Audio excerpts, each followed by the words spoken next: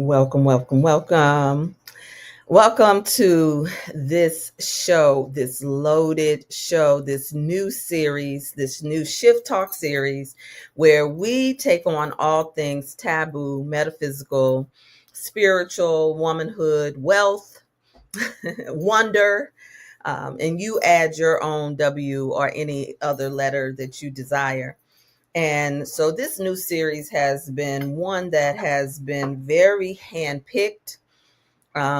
We've been very selective about who we invite to the conversation, to the table. And this series is called Why Didn't They Tell Us? Why didn't anybody tell us? The question that we are answering with each guest is an opportunity for us to take the veil off of secrets, of taboos, unspoken truths of womanhood, the mysteries of the dark feminine, to the messy reality of perimenopause and menopause, to the evolving dance of marriage and how we define our relationships and beyond. This is where we ask the questions the mothers, the mentors, and the media skipped. This is where we have the conversation that is not sugar coated and neatly packaged for consumption. This, if you are here, it's because something in you, it wants the raw truth and wisdom and a little humor, a little juicy to carry us through, because it's about time that somebody told us the thing that we didn't know that we didn't know, the thing we didn't know that we didn't know. And so I come like being super transparent about this show, because whenever we take on the mother, whenever we take on the mother, for some this can be a very heavy topic, and for others it is a call. And many of us never knew about a mother goddess. Some of us come from traditions where it's sacrilegious. Ouch, amen. If you're watching, it's sacrilegious to even talk about the divine feminine, much less God, a woman as God, when she really is the God that we've forgotten. Oh, Tony, I owe you a link. 1 second. And this is a level of self-initiation that we're talking about in many ways. And it really is my honor and my privilege to launch this series under any type of mothership, because she is what leads rebirth, and perhaps had been leading it all along when I thought that it was something else. Even is ordering my steps as well. And so this new series is really renewal. We started the series back in the spring and maybe got in 1.5 shows. One of them was with Dr. Tina. And so now we are bringing on someone who's very special to me. And I do want to set up this show because she's just like me. I know she's my sister because she processes like me. I've been to the airport. I have done a spiritual bath with my mother this morning. I've prayed twice in deep portals. We were in her book last night with barely a dry eye in the room. I mean, we have been, those of us who are in the portal, you are in the portal. Like that's our community, Coco. And certainly those of you who've answered the next call of this work, because it's not ordinary womanhood. This is extraordinary, which is called extraordinary. And it doesn't mean to talk down or to minimize women, what people do in terms of women empowerment, but this is not the call that you're trying to take on from some woo-woo commercialized, monetized place, you know, because God is becoming a goddess, talking goddess became trendy. So we invited you all to the portal before, you know, there was a membership requirement. And let me say, we started this the mother tongue reading room with my book, much to my chagrin. But the sisters in the community demanded that we start with Juicy. And so we started on TikTok. And towards the end of TikTok, both Tony and I started to feel like, ugh, like there was an energy that was forced through their algorithm. And when you are sensitive, when you are gifted, you have to pay attention to those things. And we pulled back because we knew that, and basically we both were feeling it at the same time and didn't want to like rain on the parade. We wanted to honor our commitment. And we would say, this next one cannot be in TikTok, because this is not for passerbys. This is not for trying to get you to tap on the screen. The screen that we want you to tap into is your Akashic record, into your heart when you hear these words. And so we went in for digging for mother's bones. I want you to let that sink in. And I want to welcome Coco, but I want to welcome Coco in truth and in transparency, because when I woke up this morning, one of our sisters who's been assisting me gave me a date that was not what we had discussed. And I was like, and I know I've been off, right? I know I've been off. And I've also been surrendering, letting people handle things, delegating, not having to do everything. So I was like, wait a minute, am I that off? Because I need to get back and do notifications. Then when I checked in, I had to check in with Coco. Like, Coco, did you get a different date? And then she was like, no, but if you need to move it, we can move it. And she was like, let's see what happens. And that's when I knew we were in something unique, because I also, the discussion, Coco, she's watching, and I'm going to introduce her more, was so freeing, but it was not lightweight. It wasn't for the faint of heart last night from your book.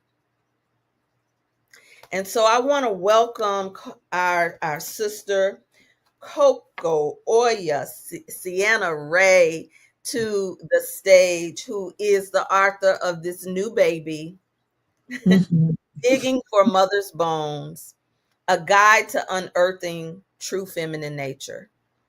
And Coco is a thought leader. She's an artist. She is a translator of this thing that I've been calling the mother tongue. And the mother tongue is being a midwife to help women to tap into their own language. And not many women answer this part of the call, because some of them have to be awakened through another way before you get here. This is not, so those of you who are here, who are under the sound of our voice today, you got to know that there's something so healthy working in you, that you chose to be here in this room, on this podcast at this time, to hear these words. Coco, I don't know what you're pulling through, but you've been pulling through, girl. Welcome. Thank you so much, Latonya. I am so honored to be on your podcast. You've got no idea, honestly. It's such an honor. And, you know, I feel like I've been preparing for this moment, because what you're talking about, this essence, this energy that we are transmitting, is so potent at this moment in time. Oh my God, the pull of her to speak and be fully embodied is like, there is no more messing about, women. Now is the time to get fully in the body. Yeah, I'm moving through a massive transition at the moment, and it's the first time where I've gone through a death rebirth cycle, fully like conscious, as in doing my daily things in my family and letting myself just disintegrate, because this energy that is being called to us now, like you was just introducing everything that's gone before in the field of women's embodiment, sisterhood, spirituality, is like, it's not it. And I'm not like being facetious or, being No, big. that's It is. keep talking The because it was like you underlayer, were in the room. yeah, the underlayer that is coming through, that pulse, that primal pulse of her, is like, it takes my breath away sometimes. It's like, I thought I was there when I wrote the book, but it's like, no, get in, go in further, go deeper, go into Yes, the very fabric of creation and yes. become You me, said it. become I me. sent Tony. Tony, check the link because she will tell you there has been an energy of grief. Mhm. Um, and we unpacked that last night. I didn't want to jump right into this because I really wanted to start with, you who is Coca. Like I have it in a three parts in my mind of where we were going to start. Well, she don't care. She's like, speak, So, because speak. we want to know who is Coco, why Coco Oya Mm. and all of that. But I have to say, you came in, and I just came from dropping my mom off at the airport, and it has been an energy. It was an energy Mhm. that started last night, and even in our I'll bring you up in a moment, Tony. Our I just came transparent, just and so did they, and each woman had something that was being released. And Mhm. I talked about how this black moon Lilith is so activated because the new moon in Virgo was the black moon Lilith moon, and Lilith is actually active all year this year. So that's one of the reasons we've been feeling it. And so each one of us have been grieving different things. And I have to say, Coco, since we're going to go there, Go there. since we're going to go there already, Mm. I came in with, I went, I did a Rama. I do a Rama. It's where you just open the book and see where it Yeah, yeah, falls. yeah. And it fell to your page 63. Can I tell you that book is not a book? It is an oracle. I do the same thing, and so many people have done the same thing. It's like they can't get past a certain number, like 33, but they just open the page and it's exactly what they need. And I've tested it over and over on myself. And it's like, what? Yeah, carry on. We'll go further into that. So listen, I go to page 63. And this is what I opened with yesterday. It says, I have come to believe that the length of time you spend in the underworld is in direct correlation to how much you are not able to be yourself during childhood. Mhm. This is the place where most of your root wounding takes place. The place where we first begin to hide the truth of who we are as we get layered with programs passed down by our caregivers, just as they were passed down by theirs. Our job is to unravel the truth from that which is false and step away from the identity we have been molded to be. As we move through our earthly mother lines, we can truly connect with the fullness and the love of the mother. And then there was your quote on death. Soul Mm. work is not a high road. It's a deep fall into an unforgiving darkness that won't let you go until you find the song that sings you home. McCall Erickson. So we went there last night. Mm. Yeah. Mother will unravel you to be the purest, most aligned version of yourself. She wants you to be your fullness. She Yes. wants you to be whole, to feel yourself as her in female form. We carry her blueprint. And Hmm. it's a really big theme for me at the moment. There's a lot rattling in me. You want to know of death? It's like, wow, so much like unraveling in me around this specific thing about who carries the original codes of the mother. And it is Black women.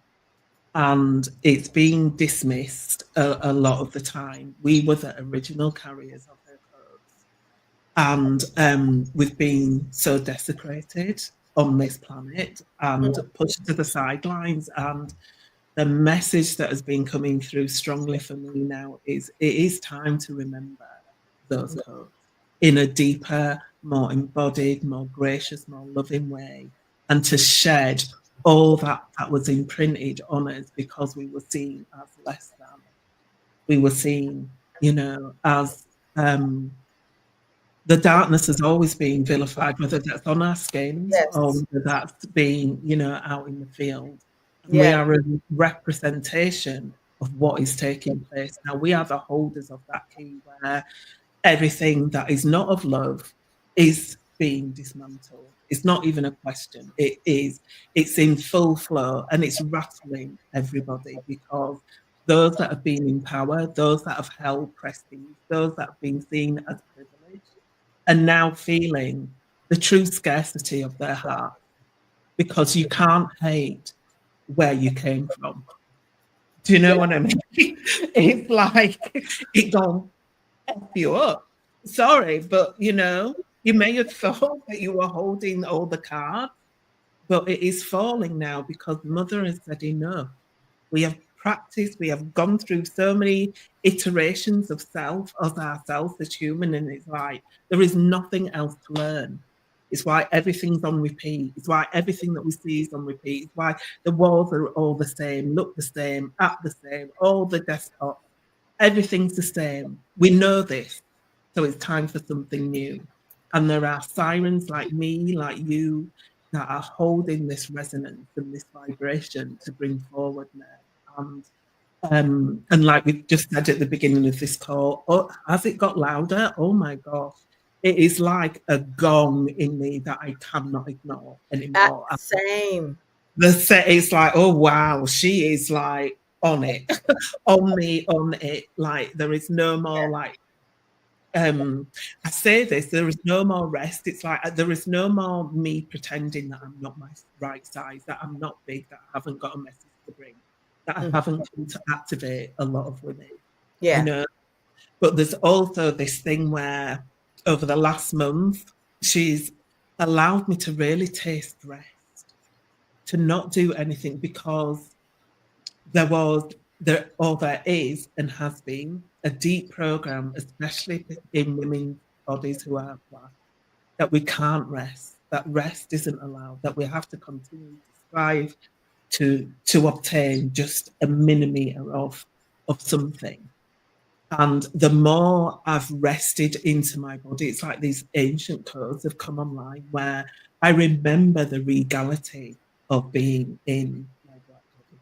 I remember that. I remember coming from kings and queens. I remember that sense of sovereignty and majestic being that is now being asked to brought forward from this primal, dark energy. And I didn't realize it at the time that when I was transmitting that book, that was the energy. I felt it in snippets as I wrote. But what you say, wherever you open that book, it will activate you into a remembrance, and it will, like if you're doing the death thing, it will purge it will make you go there. It will make you go into the depth of feeling all the grief that has been held down the ancestral line because it's ready to go. It's Yes. ready to be replaced with abundance and joy and deep love and deep reverence for life and body and the womb and all that delicious power that emanates through the radiant body of woman when we are aligned with that unfolding. Yes. Now you mentioned a moment ago you were talking about, knowing that you were a siren, and how, Mhm. and I want, how did you, I want to introduce you properly now, before we have some more talk about the book with our Mm, sister, who's been leading the Mother Tongue reading room circle, that mm. where your book was number two. Um, how did you first know that you were a siren? And Do you what is know, a siren? Tell everybody. I didn't know that I was a siren. A siren for me is a voice for the mother. It is someone who brings through not just her words, but the transmission of her frequency and her energy, like a soul song that activates deep in the women that hear the call, a soul song. Imagine a dog whistle. It's like such a high, clear frequency that you can only align to it if you're in that resonance, if you're ready to open and receive it, and be in alliance with her. She doesn't do hierarchy. It's not like, we're worshipping a deity. We are emissaries of her, ambassadors for her, and we're bringing through this crystal clear clarity of what it feels like to be deeply embodied, what it feels like to be in the resonance of love. Mhm. And I didn't know that that was my journey at all. In fact, I think I thought it most of the time. And it's only in the last 2 days that I've had a remembrance of this signal contacting me when I hit puberty. Mm. And yeah, it was such a deep remembrance through somebody else speaking about the remembrance of being in these dark underground caves in their dreams as a young girl, and like navigating and feeling this primal pulse, but almost being afraid of it because it was so like dark, obsidian dark, and being a young girl being initiated through these like dark visions. It was a lot to take in. So it's like I feel like I've come full circle now, that all that time she's been sending these subtle messages about connecting to the deep and that primal energies of her. And it's all like just clicked in the last few days around the truth of that call and what we are here to do in a big way to activate the women. Like we said, we have reached a pinnacle where in the field of women's spirituality, we keep hitting a glass ceiling and it's turning on itself, and it's almost like cannibalism, like eating itself. I think it's just going around the loops and then the hitting sister wounds and the same thing, and it's like Oh, no, speak on that. Speak on that. Hitting sister yeah, wounds. it's time to go through the glass ceiling now, because what Hmm. happens when your energy loops like that and becomes swampy, it's like there is nowhere for it to go. It gets pushed out in the body in projection. So the things that you don't look at in yourself, you'll see it in somebody else, and then try and call it out, and it leads into competition, thinking that you know there's not enough room for everybody when there's ample room. You're just in the wrong room. Oh my God, I have chills in my You head. know? That means that my ashe is really speaking, because this is the art that you have, is that you have the way to be able to articulate it. And I did think that there was something up, because it makes no sense, the number of women that come through programs, and I've seen them come through mine, and instead of build together, they go out and create their own thing. Mhm. And that's not a bad thing, but it's No. when you go out and you don't feel like you can stay present with where you started. It's like Mhm. a dishonoring of the mother in many ways, because Mhm. we as women mother each other. Yeah. And so when you get mothered in your sisterhood and you abandon it, someone said, I heard someone say, this thing that we do, even if it's not conflict or call outs that you're talking about, I've been seeing this thing that we also do, where we completely shut down on people, leave people, and it's a form of abuse. Mhm. It's an old way. It's old. It's old. It's old. And so the way you just articulated it, in terms of turning in on itself in sister, what did you call it? Sister wounds? Sister what? Yeah, it's the sisterhood wounds. Yeah, Sisterhood yeah. wounds. It's like having a beautiful garden, but then never tending to it. So, of course, it overgrows and the weeds get, overtake everything and suck all the life out of it. That's what's happening in the field at the minute with women. Like you said, there's this essence of scarcity where, well, I have to go and be in my own little corner now to do Yeah, my thing. And like, no, it was never meant to be like that. We are women. We connect through womb energy, essence, but because that's also being depleted on the planet, it's like we've forgotten what it means to be actual in co-creation with life and co-creation with each other. And this is where we're going. There is nothing to be afraid of, but so many, I feel at the moment, are like clinging on for dear life to the old way. And it's like, and this is why it's like stepped up over the last few days. She's like, do you know what, Coco? If you're feeling this like this, you need to be the one that blasts through. And I've had to come through all the places where all the places where I felt like, oh, I can't have a big enough, my voice is going to be too much. My this is going to be too much. All those like were, and it's like, no, that kind of dissipated over the last 2 days when I got this real primal sense of I am an embodiment of her. I am taking her on now. This is what we do at this level. And there is no competition when we're at this level because we know that we are forming an energetic network together and weaving together the very fabric of humanity and collective energy that is going to shift the show. And so, yeah. chills again, chills again. Because it feels what I heard my Ashe saying while you were talking, and when you talked about weaving together and this Mm-hmm, thing that is happening for the daughters or the sirens, if you will, or the mm-hmm, other mothers, is those of us who are weaving, I feel in many ways are covered. We've been covered from a lot of the bullshit. mm-hmm. In many ways, that level of willingness to do the weaving has been a protection for us in so many ways, because I can't say I've been a part of any other, direct fallouts, but I've seen them. I didn't Mm-hmm. understand them, and I've mostly had my heart broken through the women that you nurture and pour into, and then they do the betrayal thing, or the oh, I'm gonna go build a, like, okay, what? Mm. But But and yeah. and then not even speaking about it. But lately, mother has been saying, no, no, no. What you just said, it's time Mhm, to no longer suffer in silence, because that also is the old big mama model that mhm, we've learned about yeah, motherhood.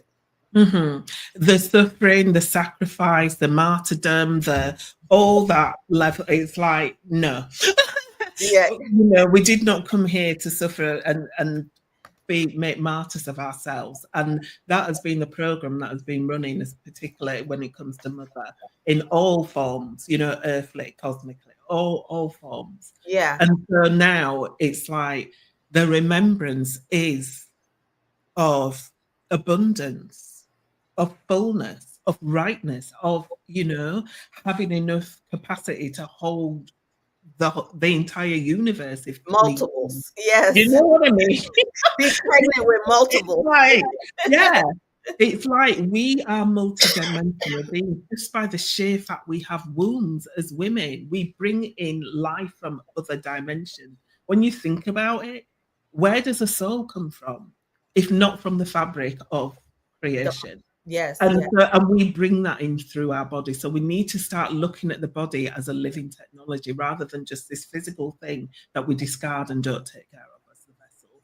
And that is why I talk a lot about embodiment in my book, because it's the number one thing to be in resonance with mother, to break through all that wounding, the mother wound, the sisterhood wound, the creational wound, all these the I don't things. trust women wound. Yeah, all of it. It's like you have to feel it in your body and let it move through and know that you have the capacity for it to alchemize into something greater. Yes.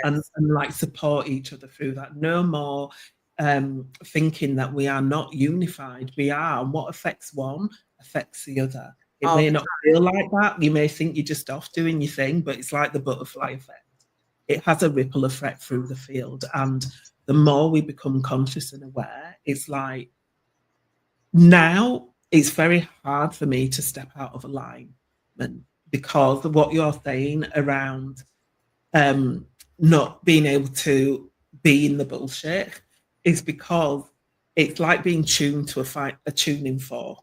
And Hmm. so anything that's discordant just feels so like wrong in the body. It feels so incongruent.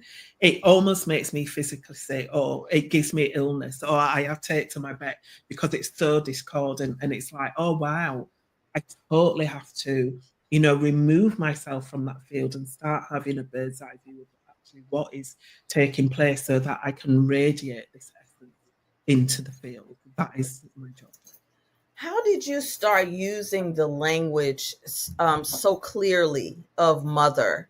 Like, tell us a little bit of like what your spiritual journey has been, because there are some. This is a very adept conversation. I'm glad that some of you who are listening. There's when people like us talk, I have an audience that will say things like, I don't understand that stuff y'all are saying, but something about it felt Mm-hmm. good. So they don't Yeah. even, there's so many people who still don't speak energy language.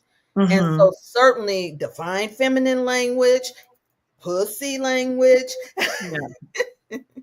Yeah. So it's been a very arduous journey. I'm not going to say it's been easy because it hasn't. I experienced a lot of childhood trauma, physically, mentally, emotionally, sexually, and it shut me down. I stopped talking, I became mute.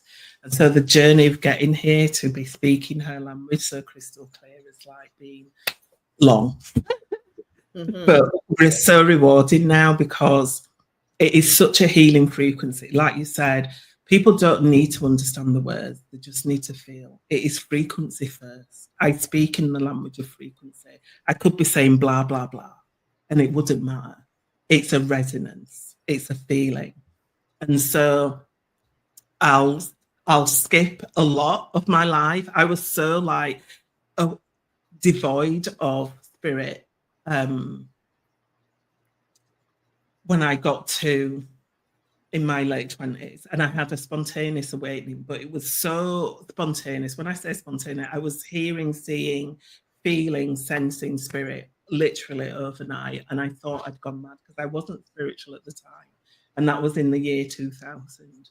And I got sectioned, and I eventually learned to shut myself down after a year or so and completely shut myself down, but so much so that by the time I got to 2019, I had a near death experience because through wanting to die, basically, because I just wasn't connected to anything. And I just thought my life was a shit show, basically. I couldn't get out of the trap of the trauma and the limiting beliefs. And Okay. so Hmm.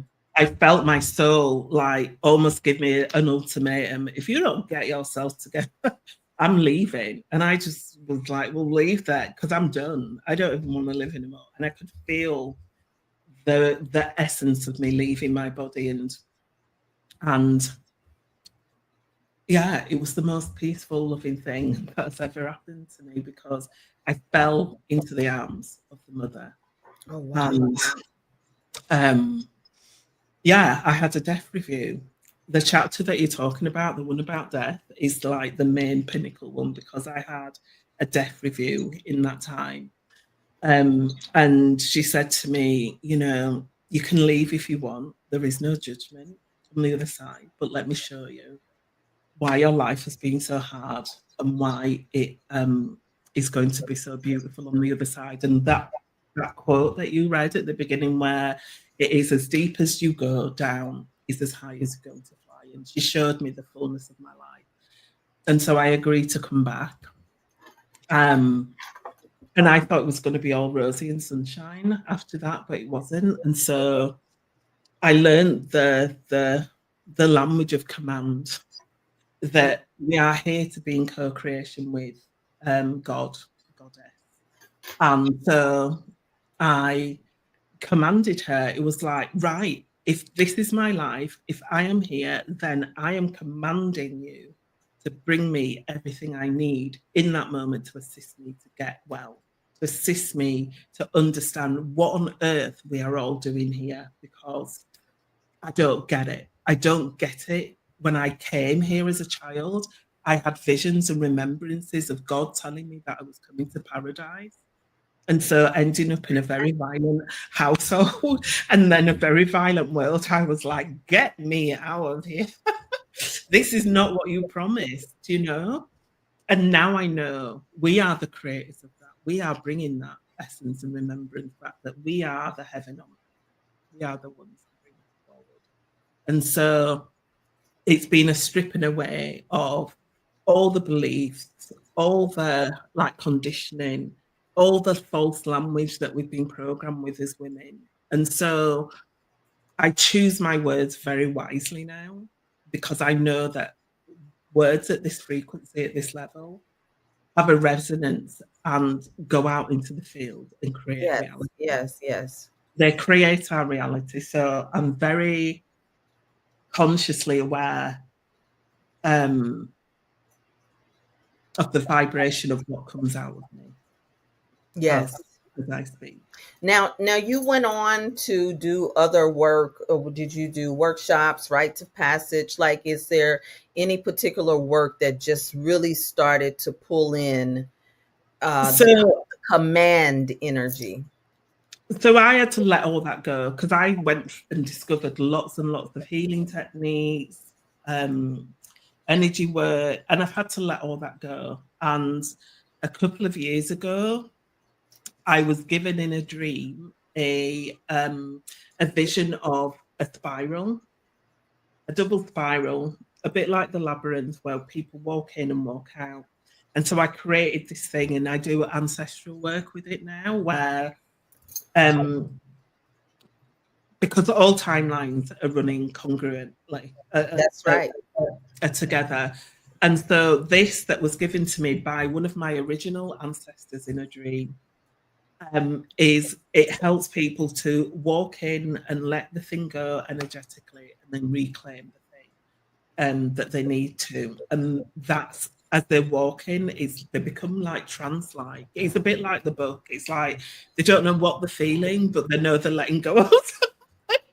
And the first time when it's like, when I used it, I just thought, surely it can't be this simple that we can do like the eons of ancestral work just walking this thing. But it is, it's like an original symbol of creation, the spiral, because all nature is in spirals and anti-clockwise spirals. And it's only us as humans that have been conditioned to go against our true nature and to be linear rather than cyclical beings. And so it brings Yes. back into that remembrance, being cyclical beings and unraveling the codes that have been passed down through the ancestral line. And then they reclaim the true ancestral like imprints, because a lot of what we carry isn't even ours. Do you know? Not, it's not even our lineage. It's like being implanted in there. And absolutely. You know, you are talking my talk. I need. We might have to do a part two. Be- because yes, we many of us are GMO. I call it Mm. GMO womanhood, Mhm. genetically modified womanhood. Yeah, yeah, We've become synthetic yeah. instead of organic, and the organic journey does mean you have to shed.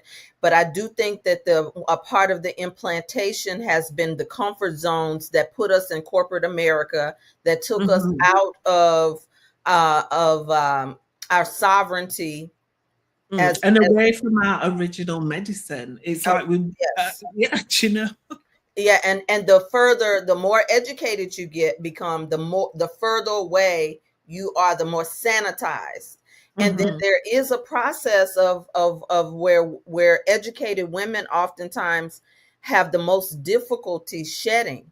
Have you Mhm. seen that in terms of, Yeah, your because degrees and your, yeah, and so now you have to unlearn something that Mhm. you have been identified with and through, and Mhm. you have been rewarded with the monetary success, of it as well. So I do see a lot of let me speak for my friends. Maybe I just have a lot of bougie friends. It's a collective thing because women then become masculine and talking heads rather than disconnected from their bodies.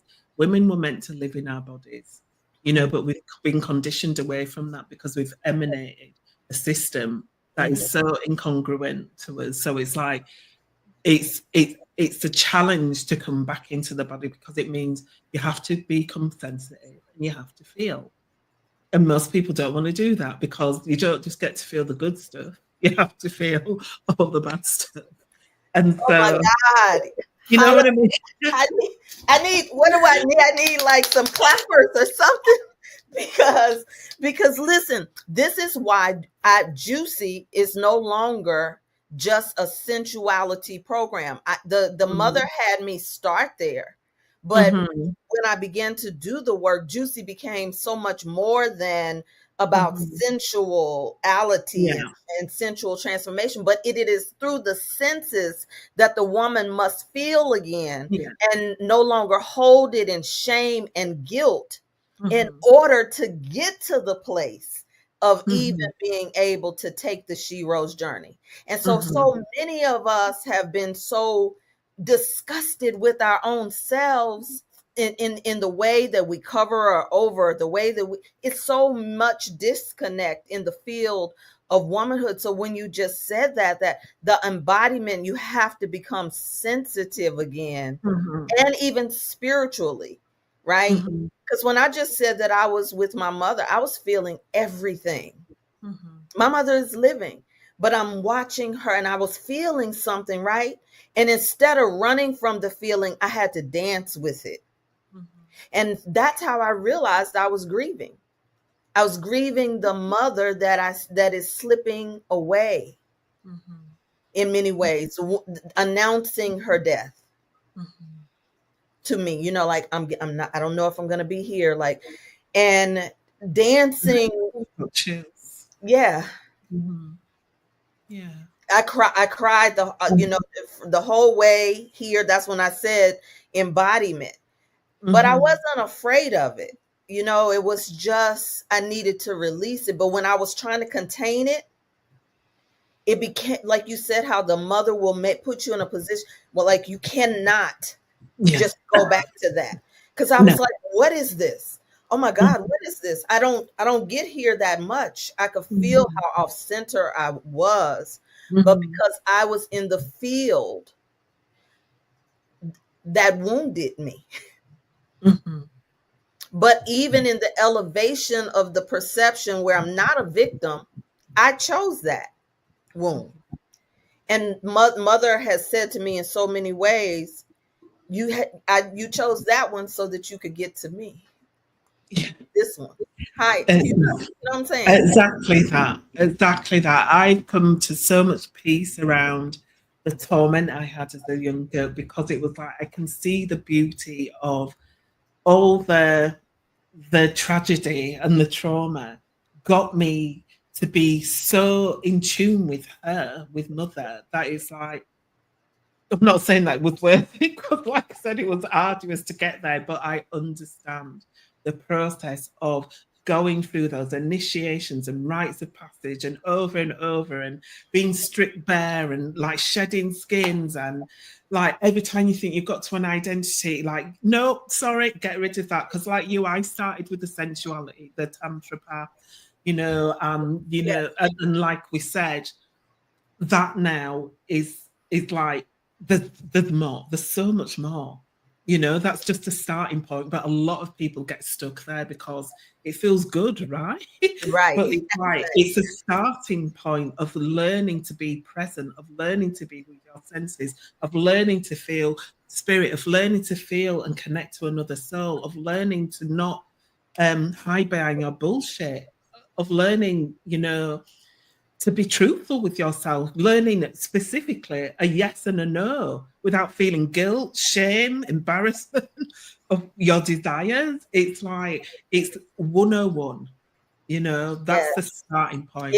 That's right. Beyond that, Beyond that, there is a reason why we need to get sensitive, that sensitive, and it is to be in correlation with creation because we Yes. are creational beings. And what happens when people get stuck in that like ego driven, like sensual lust phase thing is that we get what we see outside in the world, that striving for false power, that power over, that sense of there's not enough to go around. That sense of we need to take from another, that sense of loss, that sense of like taking energy rather than reciprocity, rather Hmm. than yeah, togetherness. And like it's like we've done that for centuries and it's like it's done. But come 2027, which is like in a year and a bit, the tide is turning. We are in a massive collective like death and rebirth process. And Yes. astrologically, when that gateway hits in 2017 in January, it's like the old like cosmic clock is done and this new one begins. So it's like we are being forced now to get into alignment. It's like we're in a 9 year and Yes. so it's all about completion and it's all about facing your stuff. So there is no escape. So why not just get on board? Because, like you said, you had all that grief and things that you felt today, but because you rested back into the fabric and like went with it, it passes. It begins to pass. It's like we're meant to work in correlation with that energy, not fight it, and not like feel like life is coming to an end because we're feeling something. We have been conditioned away from feeling. We are feeling beings. And so, as the veils get thinner, we will feel more. So And let's we're train in that. that cycle right now. We're in that portal Exactly. from the new moon in Virgo to the next moon. So it's a double moon in Virgo energy. And we're also leading up to eclipse season. So Eclipse, that's no, all right. And the that's energy, all takes something. yeah, the next moon in Virgo is an eclipse, Yeah. a lunar moon, and Yeah. the lunar is the mother, which takes us back to the waters, which takes us to Yemoya, which takes us to the nine. It's all the mothers. Oya, with your name, which is I still hadn't gotten a chance to get to Yeah. Coco, Oya, Sienna, Sienna Ray. Okay, so like all of those names have meanings, but Yeah. we she's speaking everywhere. But if you don't speak mother and you're still speaking patriarchy, then you're in Mhm. fear. You're Mhm. then you a lot of people are like what do they call Oh, NPCs, NPCs? non-player character. Yeah. Yeah, it is like Mhm. the NPC of our energy is being exposed, even if it's around us. A lot Mhm. of people are on programs like bots, Mhm. and so to see how people how it's showing up, it's been very very interesting. And I see the Mhm. mother everywhere. Her waters are speaking, the Mhm. volcanoes are speaking. Mhm. Everything is speaking right now. Yes. And this is, like you said, it's a choice point. We can go down the organic route or we can go inorganic. Like you said, become like an almost robotic Mhm. AI, synthetic AI kind of thing. There's no coincidence that AI is ramping up now because it's like the mirror of what is happening to people. And we're either going to the organic route, which is mother and life, or we're going down there and it is a split. Yes. Well, I Yeah. want to pull people in who are listening and you haven't heard of this Mhm. book. We spent some time, and I want to pull in our sister Tony, who also has been so she's coming representing some of the things that we heard. So those of you who are in the comments, if you had questions or a page or a chapter, I want to just read some of the chapters from Coco's book, Digging for Mother's Bones. Once again, even the artwork is it speaks with like with no words. Tell you, we could just do an exercise on what you see when you look at this, right? um but here are the chapters. There's an opening. Part 1, real. Part 2, raw. Part 3, radiant. It's almost like it reads as a process. The closing is evolution. And in each one of these, she shares some of her story. She gives exercises. And one of our sisters, Tony, let me know when you're ready to come up. One of our sisters said that she was clearing something and she went to page 40 and 41. And as she was sharing just five of the activations on this page, I was looking down doing something. And Just got through I that. said, what? And I said, wow, what page is that on? Because I had not made it there. And it was one of the activations I needed in that moment because of something that I was experiencing in the company and in the presence of my mother. Mm.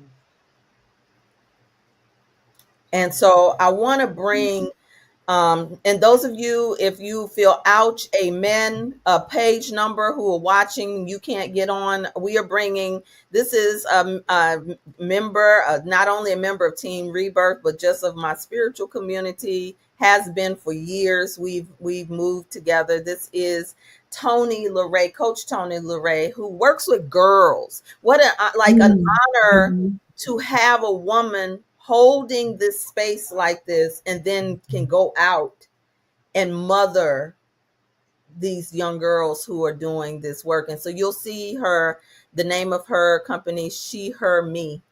Mhm. So It's welcome, a pleasure. Tony. Thank you. Thank you. Greetings, Coco. Greetings, Dr. Latanya. Greeting. It is a Yeah. Greetings. pleasure to be here. I wanted to bring you on so you could represent some of the things that you heard last night because we asked the sisters to one send questions, but we're not or comments, Mhm. but just some of the things that you heard last night come or in the whole discussion because I haven't been there. I've been letting her while I've been with my mother. Mm. Okay. First I want to say, Coco, thank you for your obedience in writing this book. Although you may not have been aware of what it was going to bring forth or what fruit it was going to how the fruit was going to feed us. I want to say Mm. thank you for your obedience, because what I recognize not only in you but also in Dr. Latanya is that many times when you guys put pen to paper, it is a seedling. It is a Mhm. seeding for, and you have no idea where the seeds are going to fall. And just when you think that, oh, I've written that book years ago, I may need to, it may not be relevant anymore. Here comes the mother to remind you that I told you to write it, and now I'm preparing the people that need to hear it and feed off of it. Mhm. So I just want to say thank you both for your obedience, and the words that are on these pages are going to live on forever, beyond your lifetime. I definitely, we definitely did it in a Raymer way, but I've also been reading it from front to back. Mhm. And just watching some of the women that have come into the room from day one to the last day, which was last night, to see the evolution of even their light. It was almost like, you entered the room and it was pretty dark, shades closed, not wanting to be the first one to participate. No, I got something to say. Look, this page, like, I mean, just really embodying the words into their lives to the point where they felt seen. They Mhm. felt like somebody finally got it. It's in the book. Somebody wrote about my life. It's like watching a Lifetime movie, right? And you're on your couch and you're like, how they know that this happened to me? And they Mhm. quickly can relate to those words and those scenarios and those real life stories and understand that I am not alone. Mhm. So that is the first thing. It has created a community where we can talk freely and understand that we are not alone, and there's an answer to our madness. We're not going to fall off the cliff, right? Mhm. Because some people felt that way. They were just like, I've always been this way. I don't know that I can change. Your book has given codes for hope. It has given clarion calls to, you're going to make it. Just hang in there. And then the sisterhood of the rebirth community allows space for the sharing and then the hype me up, sis, We're going to hype each other up, and we're going to keep pushing them and pushing them in love, you Mhm. know? So I mean, first of all, I am thankful to be a witness, right? When Dr. Latanya asked me how would I like to collaborate with her in her ministry, the first thing I was like, I don't know, but leading book discussions and hearing personal interpretations of words that I may have read and they may have read, but um, the vast unpacking of it and how different it is, but yet how similar it is, has been amazing for me. It has opened up my heart. It has allowed me to grieve freely. It has allowed me to rest. It has Mhm. allowed me to identify there are codes, and I have them, and to be gentle with myself as I undig them. Mhm. Because I'll tell you, there were some women, I actually saw them as we were undigging it and the dirt started coming up, they started putting the dirt back on. They wanted Yeah. the comfort of the dirt. And I'm like, okay, well, let's look at it a different way. Or another sister would speak, and that would give them confirmation that they can let the dirt come off. You don't Mhm. have to worry about being exposed, because we are all in this together, and we're not body shaming, we're not Mhm. experience shaming, we're not doing any of that. We're loving each other through all of it that you're dealing with. It doesn't matter who we are. So that was the beautiful thing about the book. I wrote down a couple of things as you guys were talking. I wrote down, it's been a massive cover up to bury the essence of womanhood. Yeah. And I think that this book and the conversations that Dr. Latanya has been having with all of us that are in the community is that we are now all coming with our tools to uncover the bullshit, Yeah. to stand in our power, to reclaim everything that they told us was everything that they told us that was not true. Because now when you see it, you can't unsee it. So one of the questions that came up for in our group, and I'm going to paraphrase it: how would you guide a woman who has experienced sexual abuse back to herself? The same way I would guide any woman, because we live in a culture where there are degrees of sexual violence on women's bodies. You've disappeared. Are you there? Yes, I'm Ah, yeah. here. And so the first key is always to come back to the body, to just begin to sit with the body, even if it's just 5 minutes a day, to just breathe in and feel. No, you're not breathing in a passive way, you're breathing in a way where you know that each breath is bringing life back to your body. Your body has the answers. And so we have to get quiet enough to begin to hear the whispers. But like you've said, a lot begin to hear the whispers and then they want to shut down, cover it up, because it means that you have to feel. So I always suggest just 5 minutes a day of really going in and feeling, beginning, allow the things to begin to percolate, to begin to begin to loosen the dirt a little. And breath work is beautiful for that. And just being present with your body, and just sending the signal to your body that you are here now as mother to nurture that child within that's going to be feeling the things, because all trauma just wants completion. And so we Mhm. have to take radical responsibility in knowing that we have the capacity. If we're beginning to feel it, it's because a part of us has the capacity to hold it. And like you said, to do it with other women. This is no longer about we are the lone wolf. We are doing this That's together. right. That's right. And when one of us recalibrates in that way, it activates the others to recalibrate in that way. And so another thing is not to think that you're just doing it for yourself. You are doing it for the women in your circles around yourself. Um, and we do need support for that, because it has been an imprint that has conditioned women to believe that they are powerless in some way, and that men are predators. And it's conditioned men to feel that they are predators and that they have to take. in that Right. way. And so, like we said, getting in touch with the senses is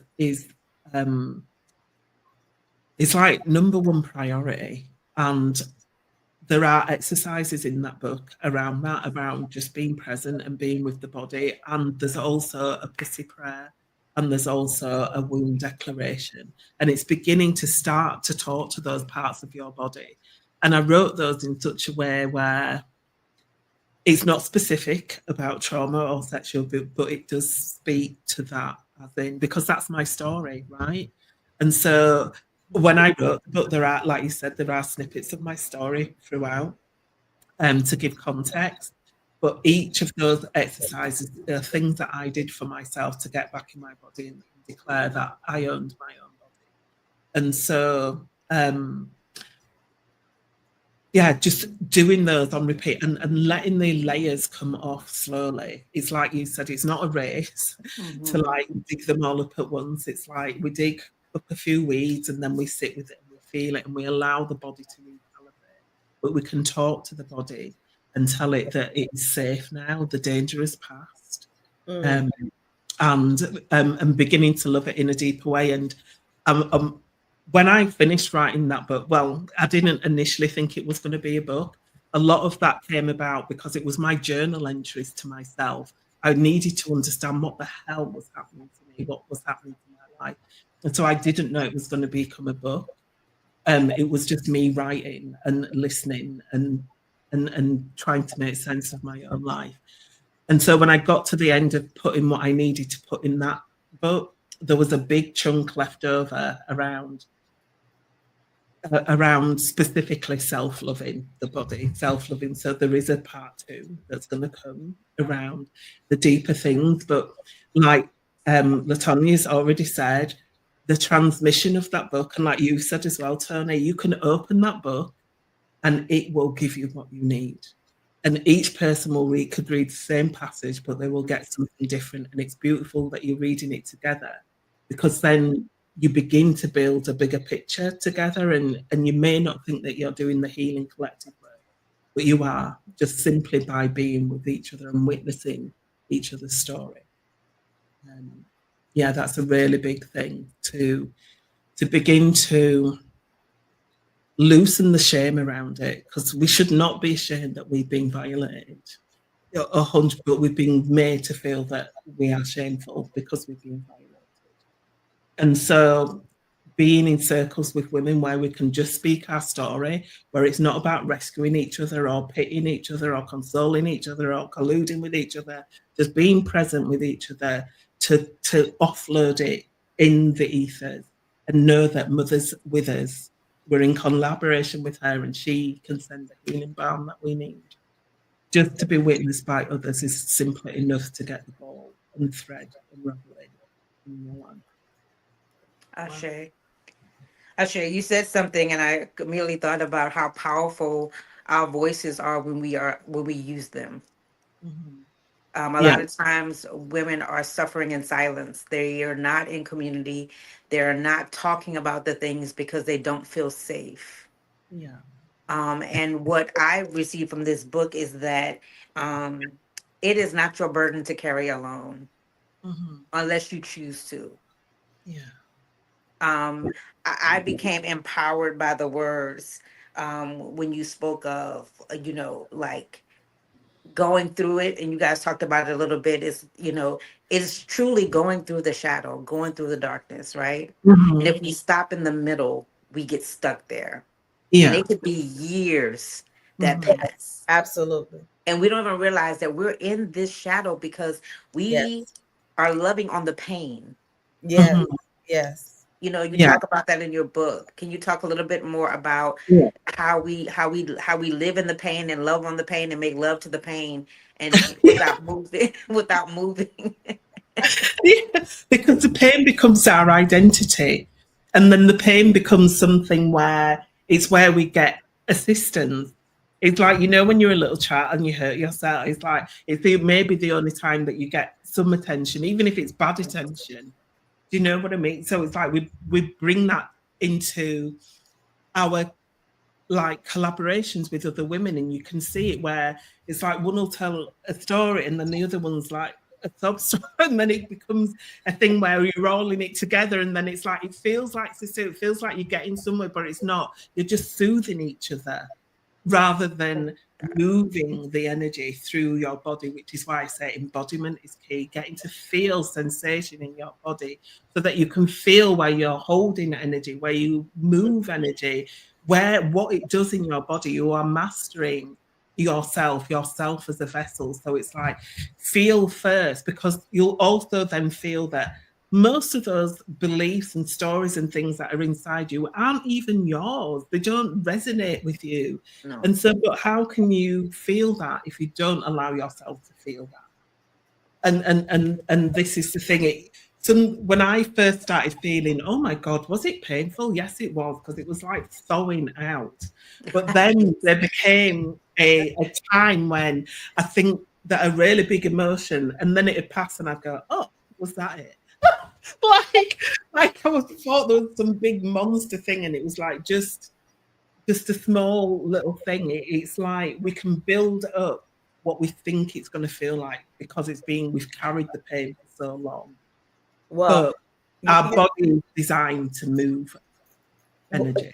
I think that one of the places that we've gotten stuck, particularly Black women all over the world, is that we know that mother is to be adored, but what happened is it became taboo, and this is, why didn't anybody tell us about the mother?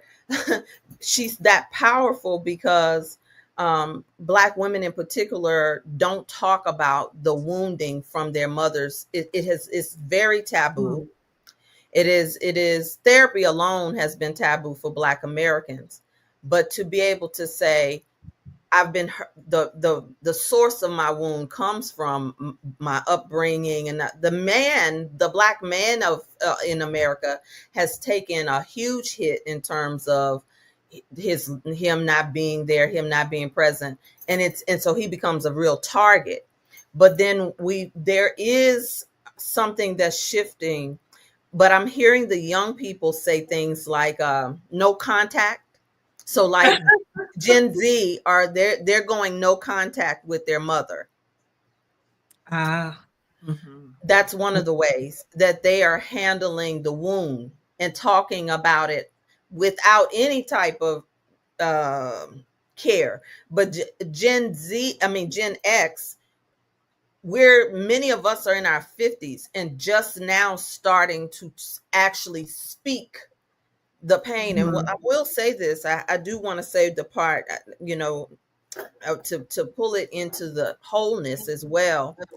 Last night when I came on and I told you I heard one of the sisters reading the activations that she used, it was something I needed. And what Tony just said, it's not okay to just be one of you said, it's not okay to do it alone, be the lone ranger. This is not the season. But this is what she said. She said, I release, this is what you said, but she read.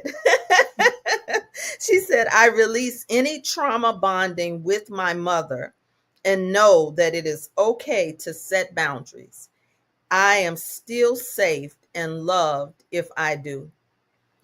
And I had set a firm bound. I had just moments ago before I had come on. And the weight of, I don't know if she's going to be here, if this is the last time I'm going to see her, but the sovereign self in me also said that does not give license to be abused again in that way.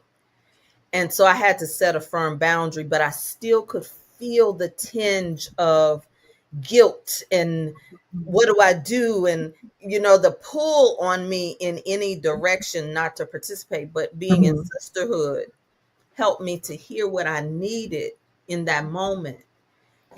But also your wisdom to be able to go to know that women needed to be released from that guilt is to me, that happens belly to belly, woman to woman.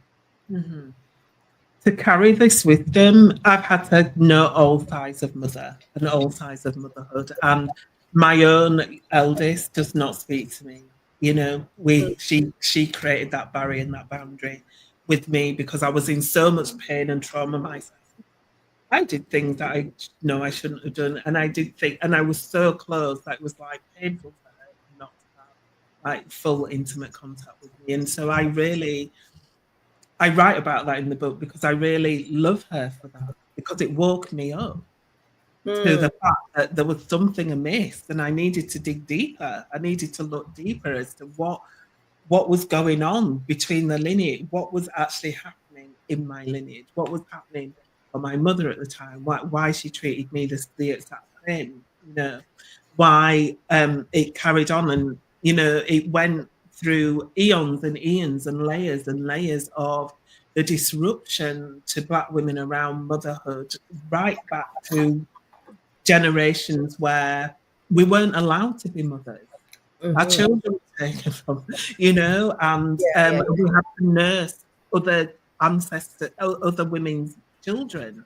So it messes with our minds. So we have all that still in our collective, but because we don't talk about those things, we don't acknowledge them, we push them aside, and we then believe that it is something to do with us, but it could be something that an ancestor's faced or something that's in the collective field or just a program that's been imprinted. So it's like there is so much to feel. And this is why I'm saying that it's not always your stuff that you're carrying.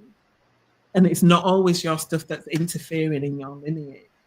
But because it's there, it's like you said, learning that you are the vessel that it needs to move through.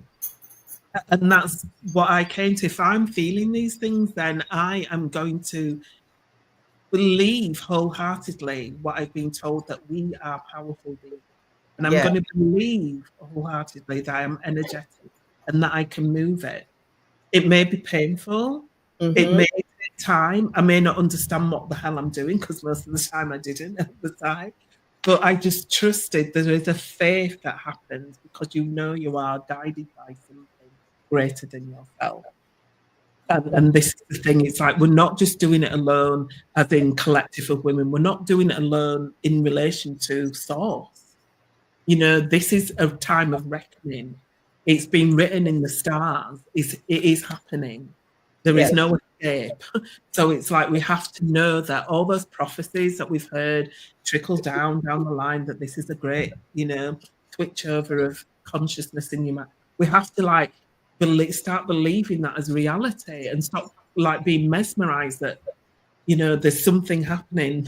Yeah, there's something happening. We're changing the fabric of creation. And as women, we are assigned to do that in a bigger way. And it's time to come together now. And I'm just so grateful for forums like this where my message can come out in a bigger way. And, you know, I've been schooled over the summer because it's like, I still have that mesmerized thing like, oh, did I do a thing? Did I create a book? Did I? Was that me? And it's like, yes, that was you. You have something to say. And so many of us, like turning saying, have something to say, but we've been conditioned to believe that we have nothing that has no relevance. But look what's happened to me just sitting up on a night, writing journal, going, oh my God, what is this? You Yeah. know? And then following the little nudges along the way of put this together, send this here, do this there. It may not make logical sense, and it didn't to me because not only was I classified as mentally disturbed, I was classified as dyslexic. I'm dyslexic, you know, and so to think that I could write a book was even like, I think you've got the wrong person. Or surely you've got the wrong person. I can't write, you know. But then that's what made me realize I'm not supposed to understand English, you know, written language. I'm understanding frequency. I'm understanding putting words on a page that create a transmission for people to feel. I am here as a feeler and as a woman who is sensual and sensitive, connected to that erotic impulse in life, and to use it as a creative force because that's where we're going back to. That's what created life. Yes. Well, I mean, this is a super show, y'all. So that we're going over a little bit, and I want to get your words. I know Tony has a couple of more comments that came from our study last night, but I do want to capture those who have been sharing and reacting to some of the things that we said. Ebony Wheeler said that that's powerful and factual. We are oftentimes here to let things move through us in order to heal it and create the shift. Thank you, Ebony. Absolutely. And this, it's beautiful to hear. Bessie said, I leave Tuesday to see my mom, so I go expecting now to let go of all trauma, to speak life and feel all that I have consciously and unconsciously buried, locked, ignored, and let go of pain, addiction. Oh my goodness. Ashe. Witnessing you there. Mm-hmm. Yes. And Megan, who also has been in the book discussions, said unknowingly addicted to pain because it was familiar. And I knew how to show up in that, not realizing that it kept me out of my body and instead in my head. Mm. Mm. Yeah. Wow. Mm. Dee said that I love the way the wisdom in this book anchors me in my body. Ashe. A. Jones said, can you speak more on when a young girl is touched too early sexually, how that affects her life going forward? I think she did, but we'll definitely get to it. Let me grab a couple more comments just in case. Michelle says, as a reader and student of this text, has provided a healing balm to rebirth. Mm. Melissa said, watching their mortality, when I was talking about my mother, it sticks on the inside. A new understanding seems so far away at times. Mm-hmm. Yes, it's true. Mm. Yeah. All right. So you want to speak to the question? I do. And I just want to say about the mortality piece as well, because I write about the passing of my mum in the book, because that was again a big catalyst to me having to find out around and excavate these mother codes, but also deal with the mother wound in a bigger way. Mm-hmm. So I have two, like, what could seem as opposing things when it comes to what happens to the female body when it's touched too early. I know that I came in, like I said, with that sense of an erotic impulse. And I do believe it's what triggered unwanted attention, because I didn't know how to deal with it in my body. And so being touched early in that way was a full-blown activation of igniting that in a fiery kind of way. I didn't know how to hold it in my body. So for years, I have had to learn, which is why I think I was directed down the route of Tantra to begin with. But then, so this is why I say it's opposing, because I know that my path, my journey was designed in that way so that I could learn to come back into the body and work with that potent sexual energy that was released and activated too young. But it can blow circuits in the body. And so this is why we have to come back into loving and learning to be with the energetics of the body, because it's like having a blown fuse. It doesn't mean that it's damaged. It just means that it needs replacing with something else. And so the biggest thing that blocks all that healing that could happen naturally is that we get shamed for that activation.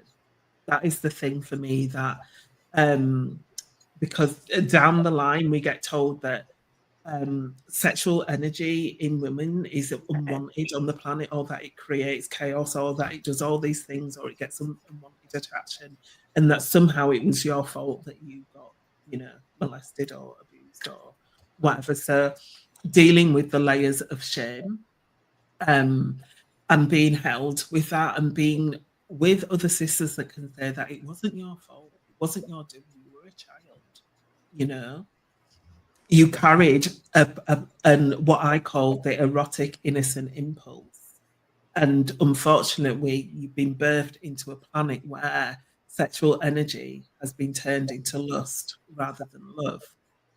And so it's understanding that in a bigger way, that the activations that happened in you, you bring through a pure, loving essence, but it gets corrupted on this planet because sexual energy is one of the most corruptible.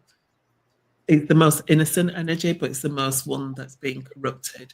It's the one that creates us as humans, and so it's almost like it's seen as an energetic resource, and you can reclaim all that back.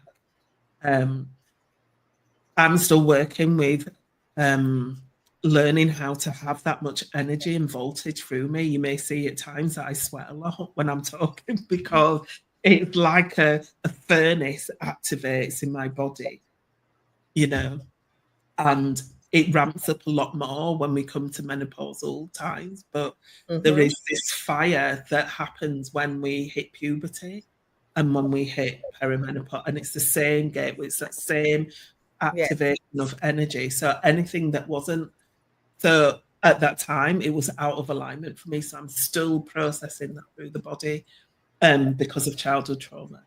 And that's the key to say that there is no when I get there, it's like it's an ongoing process. And now I understand how the energy moves from my body, so I can bring it back down and bring it to the cauldron of my womb where it's meant to reside. But when we get activated young, it like gets scattered through the body. And so we're bringing it back into where it's meant to be. And a lot of the time we don't want to be there because of the trauma that's happened there, but we've got to understand that, which is why again there's the things in the book to help with beginning to bring that in. And I am going to be, after my little sabbatical's over, creating like space where women can come together and talk and just sit with the energy and let it burn away the thing and burn away the shame around sexual trauma, because until we do that, you can't fully be in your energy and essence. Like Latonya was saying at the beginning, it kind of gets stuck in a field of sisterhood that's all around performative sexuality rather than embodied sexuality Mm-hmm. and sensuality. And so, yeah, I would say it's a long process, but just take time to be with the body daily, to tell the body it's safe now, and just to sit and breathe and feel what comes up. You don't have to think this. I say that in my book. It's not for the mind, it's for That's the right. body. Yes. For the body. The body is the record keeper. You know, the mind will tell you all sorts of tricks and things just to steer you away from your deepest healing, but the body knows exactly what it's doing. And we have to remember that. Can I I, say something right here? Shay. Yes. Yeah, because when you say the body, it's like having a relationship with the body. I think that's why it was so important. As both of you stated, you kind of started with a sexual um introduction, Juicy, and I think Coco, you mentioned something else. And I think that that was so profound, although you probably didn't completely understand it, because most women, the majority of women, are not taught to embrace their body as a young as a child, right? Mhm. So you already have a negative connotation where we call it all of these different names. We don't even call it in the essence. We don't know how to love the very thing that gifts us, right? That empowers us. So by you guys going to that ground level, that basement level of sensuality and sexuality, and looking at the wound and deciphering the parts as they really are, and encouraging women to touch themselves and to love on themselves and to explore themselves, I think that that was so profound, because many of us were not allowed to even have that conversation. So Mhm. it's almost like mother was like, look, do this part to get their attention because they out there in the field, out there running outside. They don't know what they're doing. They're not even touching themselves. They're not even loving themselves. They can't even draw their own Mhm. body part if they needed to. Mhm. So as you guys laid down that foundation in the basement, I just see y'all like cooking up shit in the Mhm. lab. Like, yeah, they need this. They need this. Not even knowing that we need it because I've been Mhm. in so many uh talks where Dr. Latanya is talking about it, and I can see the look on these women's faces of embarrassment of Mhm. like, you are not talking about that. Like, how dare Mhm. you? Mhm. Audacity to tell me to Mhm. masturbate? What is wrong with you? So I think that unbeknownst to you, that mother was working far before for this community because I do understand that everybody is not prepared to hear, to do, and to be here. Mhm. They're just not. They will throw it out the window. They will come in and say, "What you talking this woo woo stuff?" They will make it about everything else besides themselves Mhm. Yes. because we have been taught it's outside of us. And you Mhm. guys make us say, "No, it's not. It's in you. It is you. You are it." You understand? Mhm. So I thank you. Like as you were talking, I was like, man, this thing has been strategically placed. Like I don't know if y'all realize, but y'all been duped. Y'all been.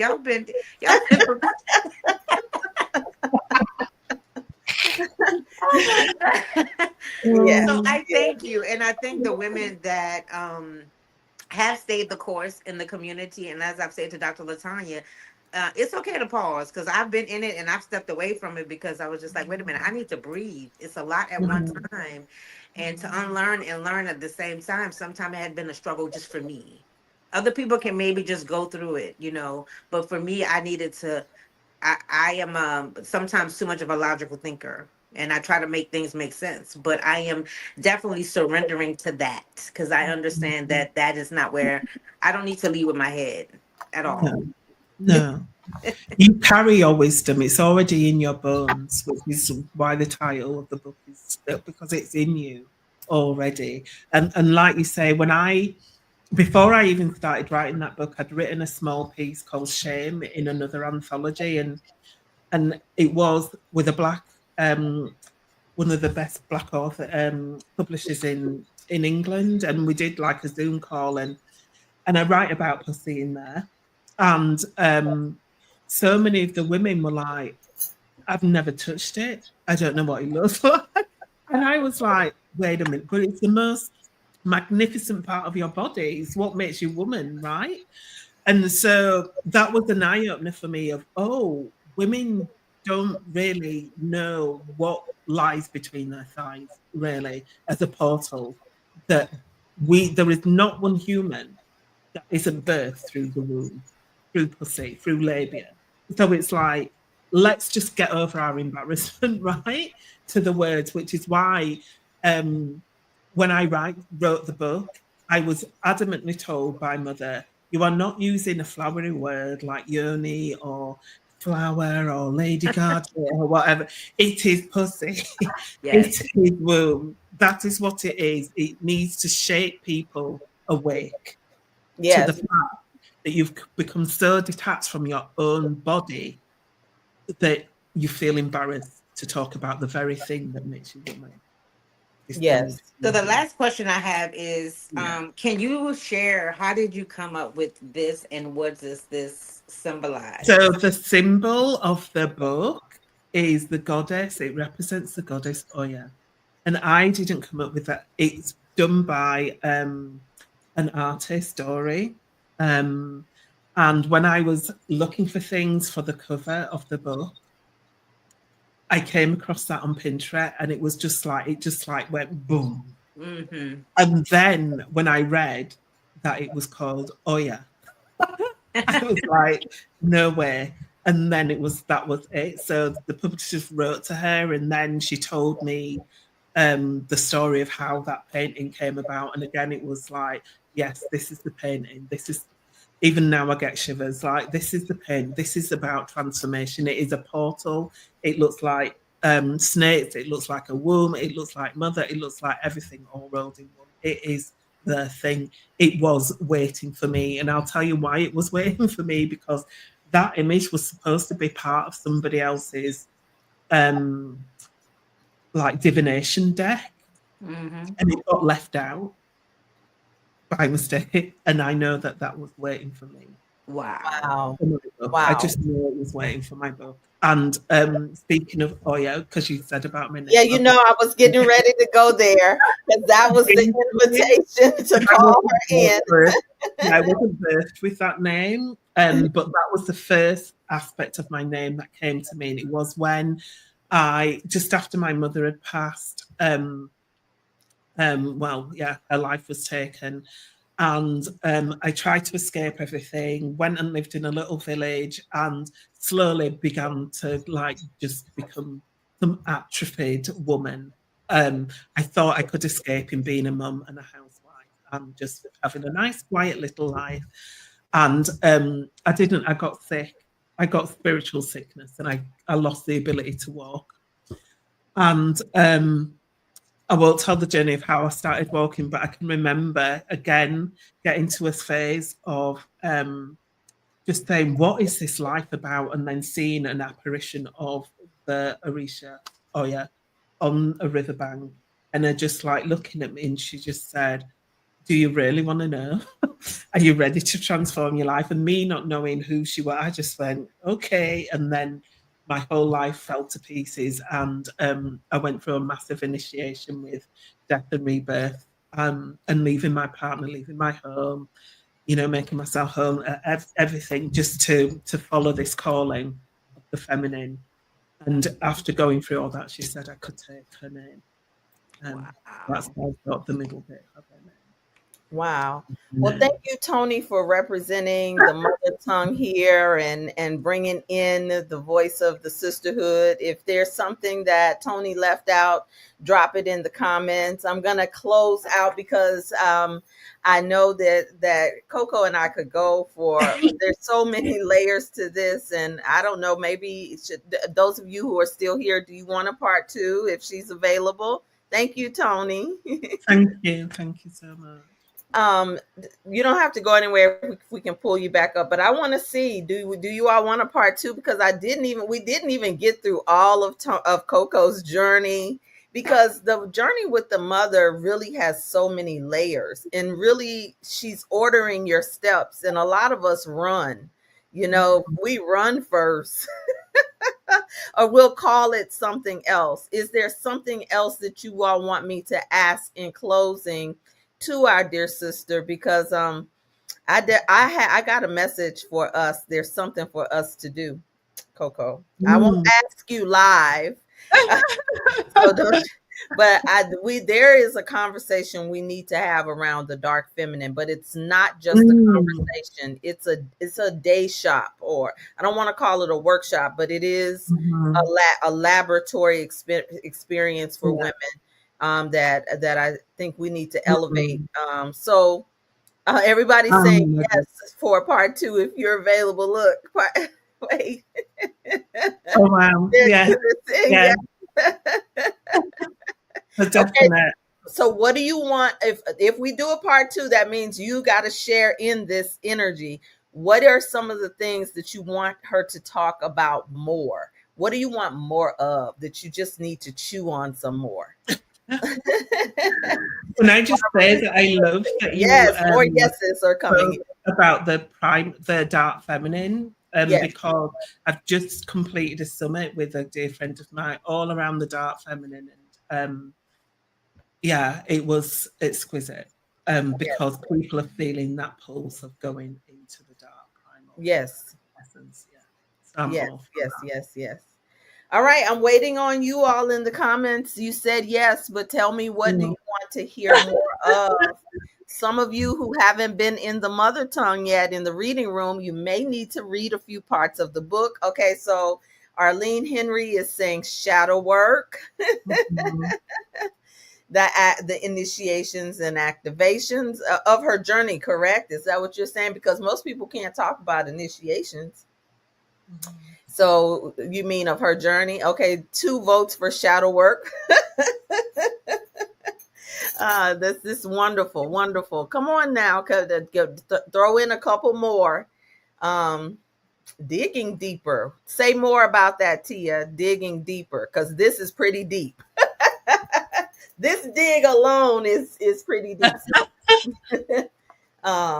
Say more about this. Let me see. Oh, Creating the crew. Yeah, I can see creating the new pattern. timelines in every choice. Oh yeah, yeah. Mhm. Let's go real cosmic. I like that Yeah. because that's when you become the real alchemist. How do I tap into nature to type into my feminine self?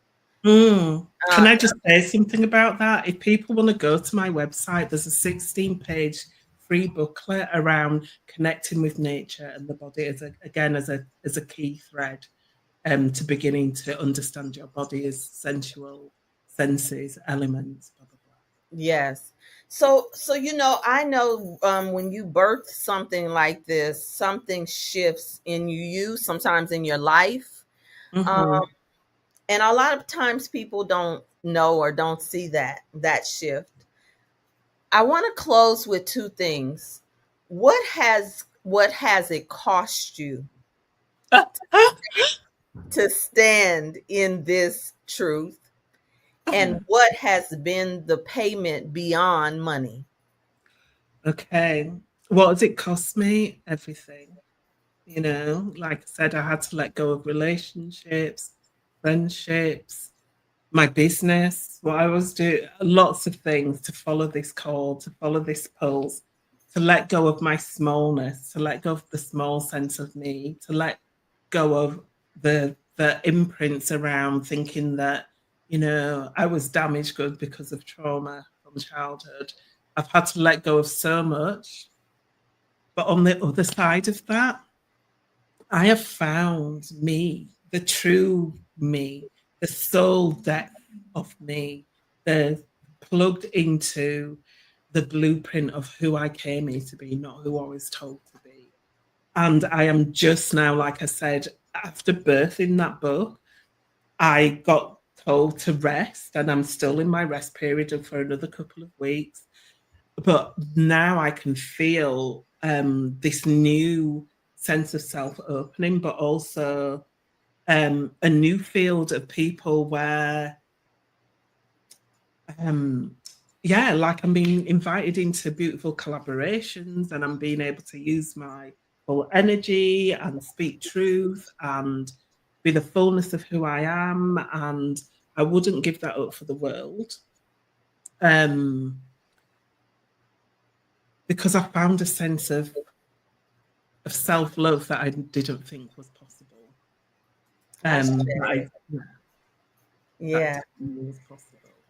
Can you talk to any of the sirens who are in the comments, who are they hear it, the siren is actually going off inside of them, but they don't know what it is. So maybe some of them, Yeah. you may be women in your tribes or tribes that you've called here, and a lot of them are also in my tribe as well, and they don't know how it Mhm. shows up, because it can show up distorted, or it can Yeah.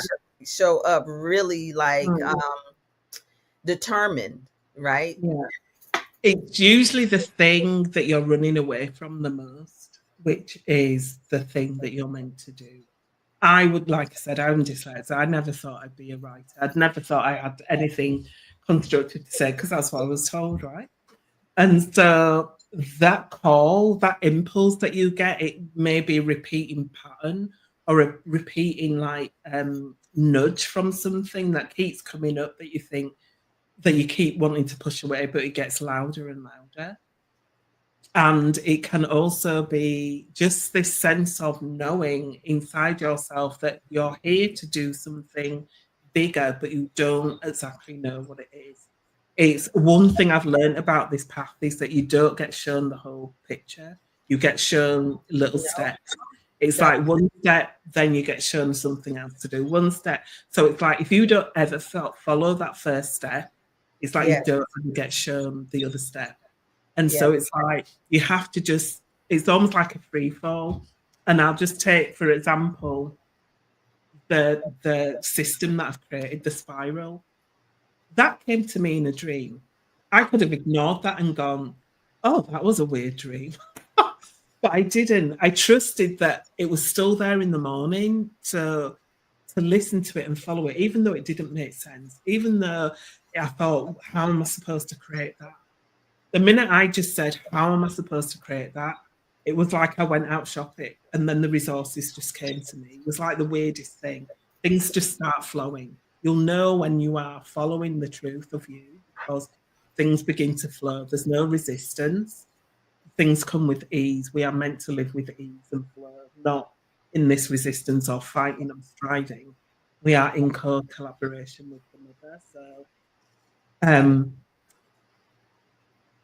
what we've spoken today will ring true for you. Like Latonya said at the beginning, you may not understand all the language, but you'll feel something.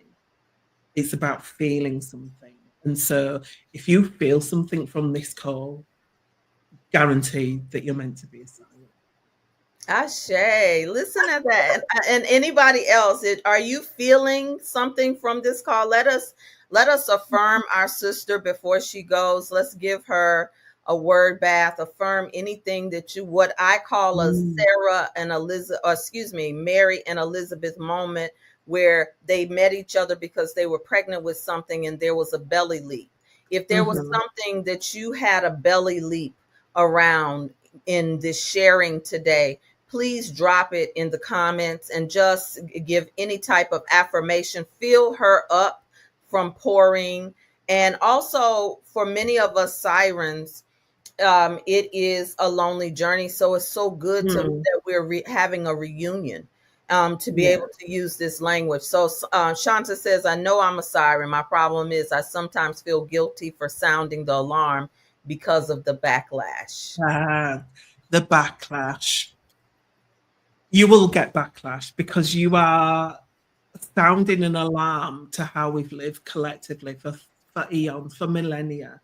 You are sounding an alarm. So there's going to be backlash because, like we said, it's going to shape people's belief about what is reality and what is ourselves. And like Latonya said, we can do it together. We can be in the same room. We can boast each other. I was terrified. I still am. Some of the things I've been told that I need to say in the next 2 weeks. It's like, really? You want me to say that? So it's like, it never ends up because we are showing that the whole of what we've created is not fit for human consumption. So it's going to alarm people because people have got used to living small, dysregulated, traumatized, and think it's normal. So it's gonna sound an alarm. We just have to get used to the fact that the people that we're shaking are not our peers. We're here to give them information. They're not the people we're meant to sit in the room with, as in together. I've had to learn that the hard way because I thought, why can't I be with everybody? Why can't I? And it's like, because, girl, you are at the front of the pack and you are sounding the alarm. Sorry. I'm not sorry. It's like you will feel lonely for a while because you may think there's nobody else saying the thing. But the more you speak, the more your tribe can find you. And I'm so grateful. Ashe. The more you speak, the more your tribe can find you. Yes. Thank you. So good. I still want those of you, there's enough of you listening for there to be at least 5 comments before we close out Oshun's number, which is sweet honey. So we want to drip some honey on our sister. She said, thank you for answering the call of the mother. Mother is speaking loudly and clearly. Thank you, Coco, for being honest, pure, and authentic in a season that is so dark. I give thanks for you. And I want to say, as your sister, I give thanks to, I really appreciated your transparency when you shared the breakdown between you and your daughter. That is, to me, a demonstration of sovereignty, of ownership. It doesn't have to look perfect. And you don't have to hold any shame or perfection around that. That's the old model of pastorhood and ministry and of the old church of pretense. I put on a front on when I have the microphone, but my life is in shambles. And transparency continues to free us. And every time we model it for so many women who are living performative lives, we set another woman free. And so I just wanted to acknowledge you and say thank you for sharing that, because many of us have imperfect relationships with our mother and with our daughters on both sides. But yet we're the one that's called to heal it in the lineage. Yeah, exactly. And that's the thing, like you said, it's not about shame. It's because we've all been through this. But if we see it and we're living it, it's because we're here to heal it. It's not to like run away from it or be ashamed of it. Yes. The balm, as someone said. Yes. So thank you for your obedience. Thank you for sharing your journey. Thank you for allowing the mother to come to you and for setting a table for those of us just discovering her in ourselves. Amazing. That one right there. That speaks for so many people who don't even know how to say thank you. There's some women watching that don't know how to say thank you because they haven't had a mom or sisterhood to model affirming a woman. So they don't know.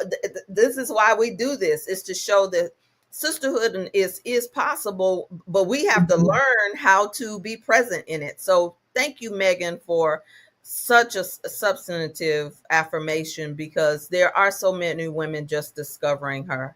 And thank you, Coco. I see your light. My son is not speaking to me, and we are the same home. Yeah, we are in the same home. Yeah, in the same home. Yes.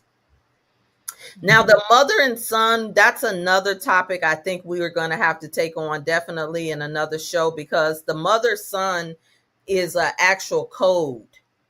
It's a code. That's why we see the Mary model, the Black Madonna holding the son, because there are some metaphysicians now, Coco, who are unleashing the truth of how the even when we move past parthenogenesis, where she recreated herself all the time, that the son is a distortion of the self in the mitochondria DNA. So that's another conversation that's deeper. We got to get into that one.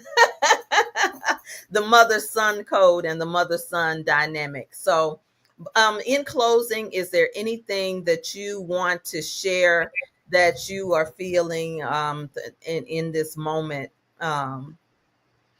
Just deep gratitude, just really deep gratitude that, it's been part of the book club, and the message is getting out to so many more women, and that, I really see you as an ally in this field, and I can see us doing beautiful things together. And yeah, giving this message that it is time for the women to use their voices. There's no more holding back. One of the reasons why I was told by Mother to write the book so candidly and so openly was to show that it doesn't matter how bad life is, you can get through the other side. I mean, I won't go into the story because I want people to read it, but my mum's life was taken by my father. So, Oh, wow. So it's yeah, there was a lot to unpack, but and there was a lot that I experienced as a young girl because my father was very a violent man. And so my story is about reclamation. My story is about we can move through the darkest night of the soul, and it is for a reason.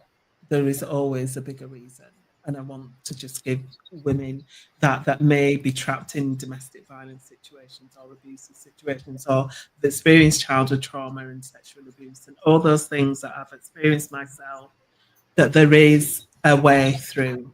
And the book, why it's called True Feminine Nature, is because I plant the seed of that knowing that there is, triumph over trauma. So, yes. Thank you so much for this extended show. But it's more than a show. This has truly been an activation for so many people who have been participating for weeks leading up to this conversation. And I know maybe things will be a little bit more smooth for both of us now. two two forces coming together with all of Yeah. these other people who are women, Mm. Yeah. wombs, portals who are coming Mhm. together Yeah. now, creating a force field that is Mhm. shifting the grid, our grid, but Yeah. also the grid. The And grid.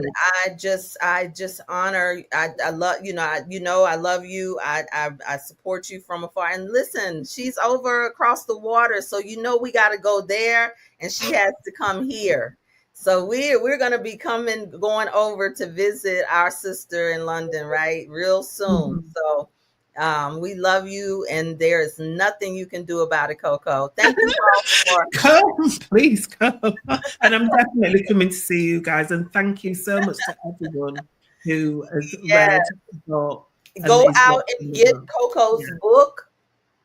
Join us in the portal where you can still continue to unpack the book, even though we are moving into another discussion. The Mother's Tongue Reading Room is now a part of the membership, and so you have to come in, because we do have creating these safe spaces very intentionally. And so stay tuned, because I think Coco and I will be doing something together soon. And also stay tuned for her availability for part 2. I do not want to be presumptive just because we're live. So we're going to share that with you all. So make sure you're plugged in. I thank you all for participating in the conversation. Thank you to Tony LeRae, who came in and who has been holding the space, and to the entire team Rebirth who were in the comments. I love you all. There's nothing you can do about it. Ciao, everyone.